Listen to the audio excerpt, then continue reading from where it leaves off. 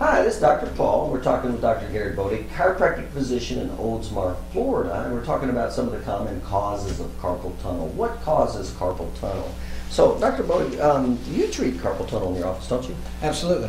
Now, what have you found with the patients you've seen with carpal tunnel? First of all, if you don't mind, can you tell us exactly what is carpal tunnel syndrome?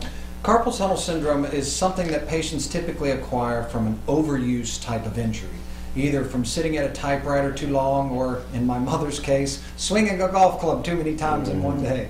But it's an overuse type of injury where, and basically what it is there is a ligament that crosses the palm side of the hand. Under that ligament there is a nerve root called the median nerve that goes into the hand and supplies the hand with motor function. If this retinaculum or ligament that crosses the top of the palm starts to weaken, then the palm begins to flatten out and compressing that nerve. When it compresses that nerve, it creates pain into the hand or numbness into the hand or even possibly loss of function of the fingers. So it's very specific. It's compression of that median nerve. Absolutely. And what are some of the activities you said? So you said...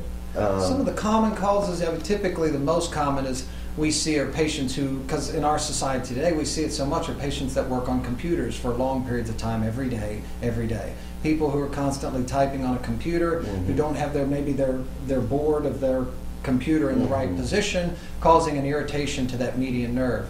But any overuse type of injury, golfing, even tennis or sports activities, someone who is a writer that maybe writes constantly and doesn't type, but it's basically an overuse type of injury.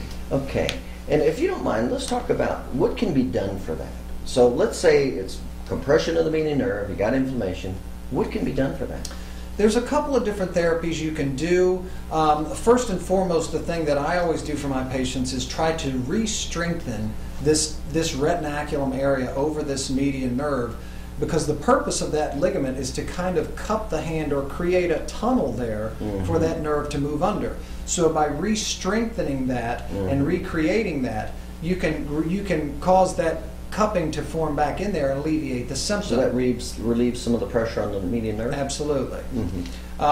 Between that therapy, there's also some orthopedic splints and things like that you can use. That's things called like a cock-up splint that patients will typically wear when they're sleeping, or if it becomes severe enough to even wear it during the day. Are those very effective, or like when you take it off, do you just have it again?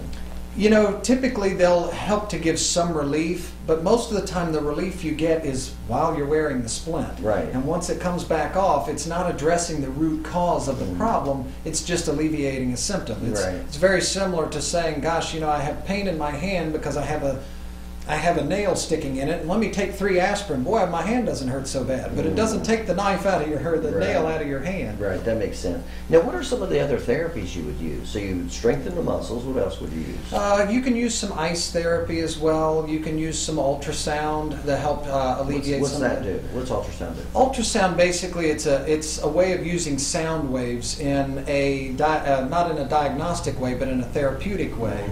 And by changing the frequency, you get to this therapeutic type of sound wave that goes into the area here. It applies basically a deep warming or heating effect into the area, helping to alleviate and give some soothing tension or traction into that area of the wrist. Okay, is that something where some of your other therapies that are electronic based would help?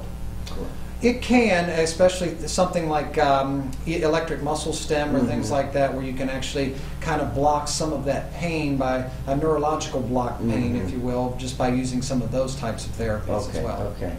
Any other therapy? So you would use the ultrasound. So it sounds like you're really focusing on decreasing the inflammation and strengthening those muscles. That's really the most you can do for that. You know, so many patients that come to me and say, oh yeah, I'm going to have surgery for my carpal tunnel. I always tell them, you know, try some of these therapies first. Try to strengthen the retinaculum or that ligament up before you just go straight to surgery. You always want to go from least invasive to most invasive, and so many patients want to jump to surgery as their first thing to do, and well, it should always be the last. I can understand that if you don't know any better. Then, you know, when is it that a person would need surgery? if they have carpal tunnel? If they have carpal tunnel and they've gotten to a point where not only are they having the pain into the hand, but they're losing some of their deep tendon reflexes or even getting some weakness or loss of function into the fingers, it might be getting time to where you want to definitely have a surgical consult. Okay. But carpal tunnel is something you routinely treat in your office? We do. Yes, sir. All right, very good. And again, we're talking with Dr. Garrett Bode, chiropractic physician right here in Oldsmar. If you're having any carpal tunnel, certainly feel free to give Dr. Bode a call. You take care.